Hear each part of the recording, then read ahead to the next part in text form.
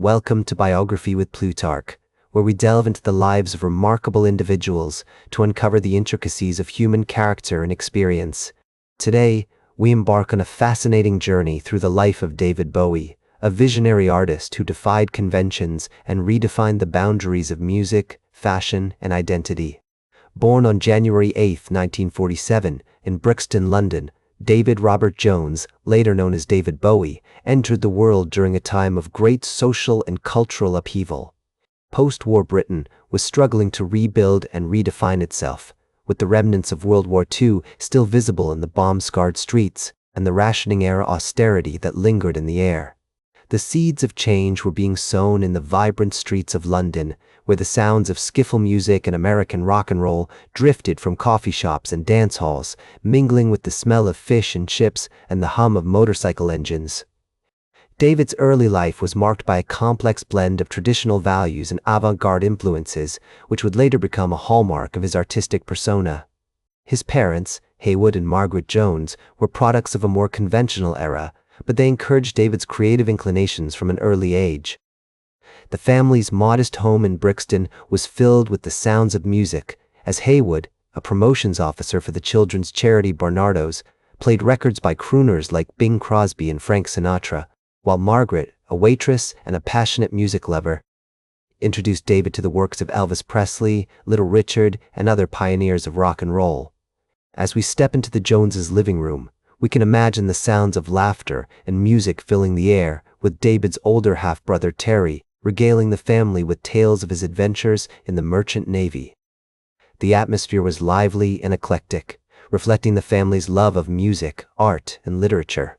Haywood's job at Barnardo's also exposed David to the world of social justice and charity work, instilling in him a sense of compassion and empathy that would later inform his artistic output. The Jones family's move to Bromley, Kent, when David was 6 years old, proved significant in shaping his formative years. The suburban landscape, with its neat rows of semi-detached houses and manicured gardens, provided a sense of stability and comfort, but also fueled David's desire for creative expression and escape. As he navigated the tree-lined streets and parks of Bromley, David began to develop a sense of imagination and curiosity that would serve him well in his future artistic endeavors. David's mother, Margaret, played a pivotal role in nurturing his early interest in music. She introduced him to the works of Elvis Presley, whose hip-swiveling stage presence and genre-bending sound captivated David's imagination. The likes of Little Richard, Chuck Berry, and Bo Diddley also became staples of the Jones household, their energetic and rebellious music providing a soundtrack for David's childhood adventures. As a young boy, David was fascinated by the world of science fiction and fantasy, devouring the works of authors like H.G. Wells, Jules Verne, and George Orwell. He spent hours poring over books like The Time Machine and 1984, his imagination sparked by the possibilities of other worlds and alternate realities. This early interest in speculative fiction would later influence his bold and imaginative approach to music, fashion, and performance art. The intersection of science fiction and rock music, as embodied by artists like Stan Kenton and Sun Ra, also captivated David's imagination, foreshadowing his own experiments with genre bending and theatricality. He became enthralled by the idea of creating a new kind of music that blended elements of jazz, classical, and rock and roll, pushing the boundaries of what was possible in popular music. David's education at Burnt Ash Primary School and later at Technical High School in Bromley played a significant role in shaping his creative trajectory. His teachers encouraged his artistic pursuits, and he began to explore the possibilities of music, art, and drama. The influence of his art teacher, Owen Frampton, who introduced him to the works of artists like Pablo Picasso and Salvador Dalí, had a lasting impact on David's visual sensibilities and his understanding of the interconnectedness of art and music. The intersection of traditional values, avant-garde influences, and social change created a rich cultural landscape that would nurture David's innovative spirit and shape his future as a visionary artist. The late 1950s and early 1960s were a time of great cultural and musical transformation in Britain. The emergence of skiffle bands, folk clubs, and coffee bars provided a fertile ground for young musicians to experiment and innovate. David's early encounters with the London music scene, including his attendance at concerts by artists like Buddy Holly and Eddie Cochran, further solidified his determination to become a musician. As we navigate the vibrant streets of 1960s London, we can feel the energy of creativity and rebellion that defined this era. The air was alive with the sounds of music, from the folk clubs of Soho to the rock and roll haunts of Tottenham Court Road. David's early experiences in this scene would shape his artistic persona and inform his future collaborations with other musicians, artists, and writers. In the midst of this creative ferment, David began to develop a sense of self that was both deeply personal and intensely performative. He started to explore different personas and characters, from the hip-swiveling rock star to the introspective poet, each one reflecting a facet of his complex and multifaceted personality. This fluidity of identity would become a hallmark of David's artistic output as he continually reinvented himself and pushed the boundaries of what was possible in popular music. As the 1960s unfolded like a vibrant tapestry, David's musical ambitions began to take shape, woven from threads of creativity, experimentation, and an unwavering passion for innovation. In 1962, he formed his first band, the Conrads, with his friends from Technical High School, a crucible where his unique stage presence and charisma would soon set him apart from his contemporaries like a beacon in the night.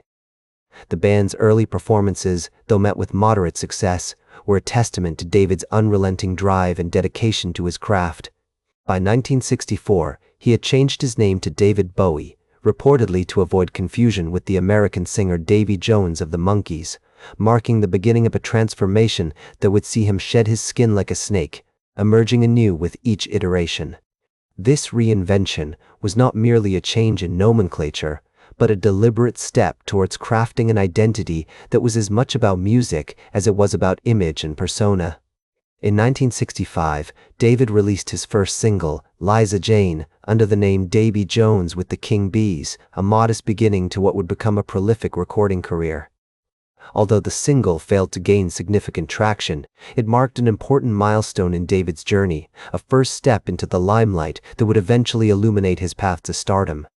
Over the next few years, he released a string of singles and EPs, each one a testament to his experimentation with various styles and personas, a chameleon-like ability to adapt and evolve that would become a hallmark of his career.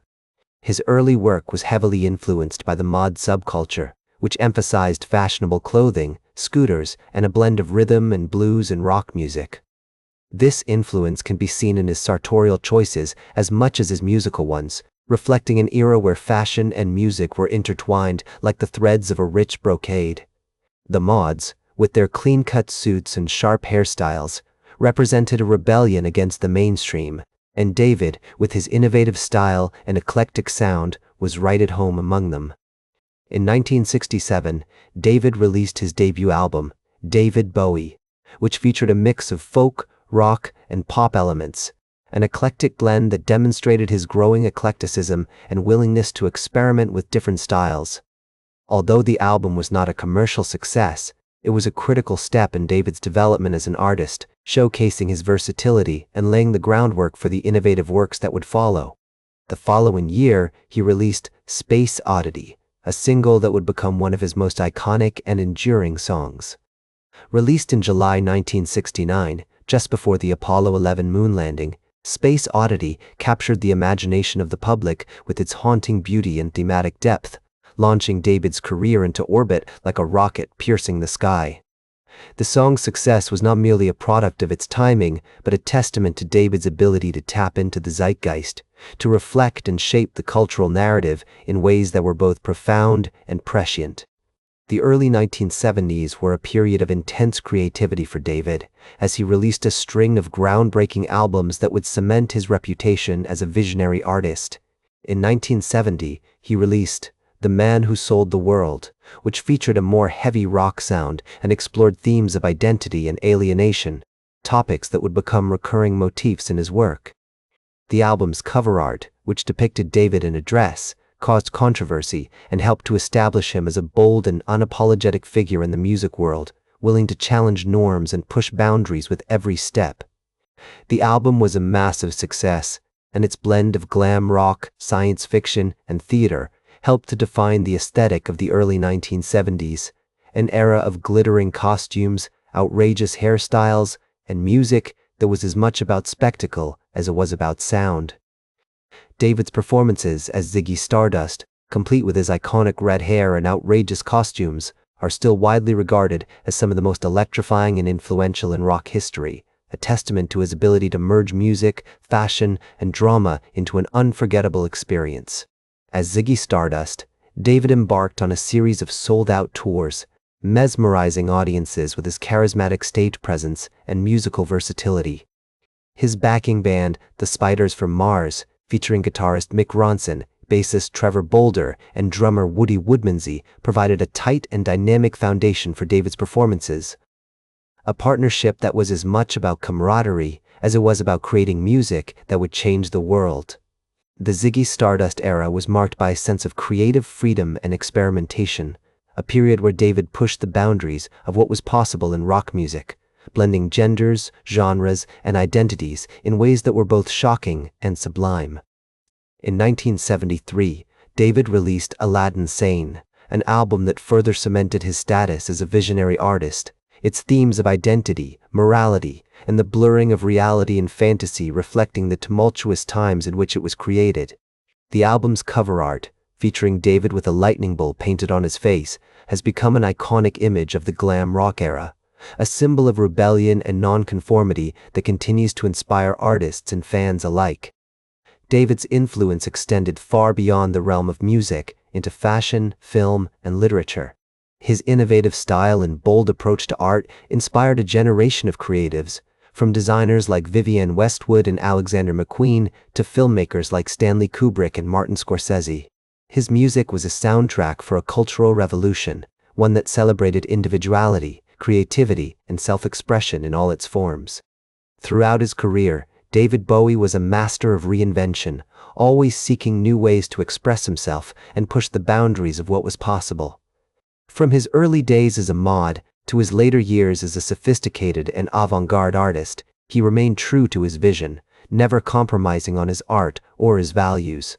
His legacy continues to inspire and influence artists today, a testament to the power of creativity, innovation, and self-expression. As the vibrant decade of the 1980s unfolded, David Bowie continued to evolve at an astonishing pace, releasing a string of albums that showcased his boundless creativity and innovative spirit. This was followed by Tonight in 1984, an album that saw Bowie experimenting with new wave and rock sounds, and then Never Let Me Down in 1987, which featured a more polished production and collaborations with notable musicians like Peter Frampton. Bowie's foray into film also deepened during this period, as he starred in movies like The Haunting, The Hunger in 1983, where he played the role of a vampire alongside Catherine Deneuve and Susan Sarandon, and the beloved cult classic Labyrinth in 1986. Directed by Jim Henson. In Labyrinth, Bowie's portrayal of Jareth, the Goblin King, showcased his remarkable acting range and ability to bring complex characters to life. These roles not only cemented his status as a versatile artist, but also demonstrated his fearless approach to exploring different mediums. In 1987, Bowie embarked on the ambitious Glass Spider Tour, a massive production that featured elaborate stage sets designed by Tony Orsler, including a giant spider that dominated the stage, and a talented cast of musicians. The tour was a testament to Bowie's enduring energy and creativity, with performances that were as much about theatrical spectacle as they were about the music. This period was marked by a sense of grandeur and experimentation, reflecting Bowie's insatiable curiosity and his constant quest for innovation. As the 1990s dawned, Bowie entered a period of intense artistic experimentation, releasing albums like Black Tie White Noise in 1993 and Outside in 1995. These works explored complex themes of art, technology, identity, and alienation, showcasing Bowie's deep interest in pushing the boundaries of what was possible in music. Black Tie White Noise, for instance, featured a fusion of rock, jazz, and hip-hop elements, while Outside was part of a larger project called The Leon Suite, which explored the narrative of an art detective investigating a series of murders linked to the art world. Bowie also became an early adopter of the internet, recognizing its potential for artistic expression and fan engagement. He launched his own website and began interacting with fans online, embracing the digital age as a new frontier in music and communication. This forward-thinking approach allowed him to stay ahead of the curve, using technology not just as a tool, but as an integral part of his creative process. In the 2000s, Bowie continued to release innovative music that defied categorization, including Heathen in 2002 and Reality in 2003. These albums featured collaborations with notable artists like Tony Visconti, who had worked with Bowie on many of his seminal projects, and Dave Grohl of the Foo Fighters, showcasing Bowie's ability to bridge different musical generations and styles. The decade also saw Bowie become increasingly involved in philanthropic work, supporting organizations such as the Keep a Child Alive Foundation, which focuses on providing AIDS treatment and support to children and families affected by HIV/AIDS in Africa, and the American Cancer Society. Reflecting his commitment to using his platform for social good, in 2013, after a decade-long hiatus from recording, Bowie surprised fans with the release of The Next Day, an album that was both critically acclaimed and commercially successful. Its unexpected arrival and the clever songwriting and innovative production within it delighted fans and critics alike, proving that even in his later years, Bowie remained at the forefront of musical innovation. 2 years later, in 2015, Bowie released Black Star, a haunting and introspective album that would prove to be his swan song. Recorded while he was battling liver cancer, Black Star is a deeply personal and philosophical work that confronts themes of mortality, identity, and the transience of life with characteristic bravery and creativity. The album's release on January 8, 2016, was followed just 2 days later by the news of Bowie's passing on January 10, sending shockwaves around the globe. The outpouring of grief that followed David Bowie's death was a testament to the profound impact he had on generations of fans and fellow artists. Figures like Lady Gaga, Kanye West, and Tame Impala have cited him as a major inspiration, reflecting his enduring influence on music, fashion, and art. The legacy of David Bowie extends far beyond his own body of work. He embodied the spirit of creativity and experimentation, inspiring countless individuals to explore their own unique identities and express themselves without fear. His statement, "I don't know where I'm going, but I'm on my way," encapsulates the essence of his journey, one marked by constant reinvention, experimentation, and a fearless pursuit of artistic expression. That's all for today's Biography with Plutarch. Remember to like, share, and subscribe, and until next time, remember that understanding the lives of remarkable individuals helps us better understand ourselves.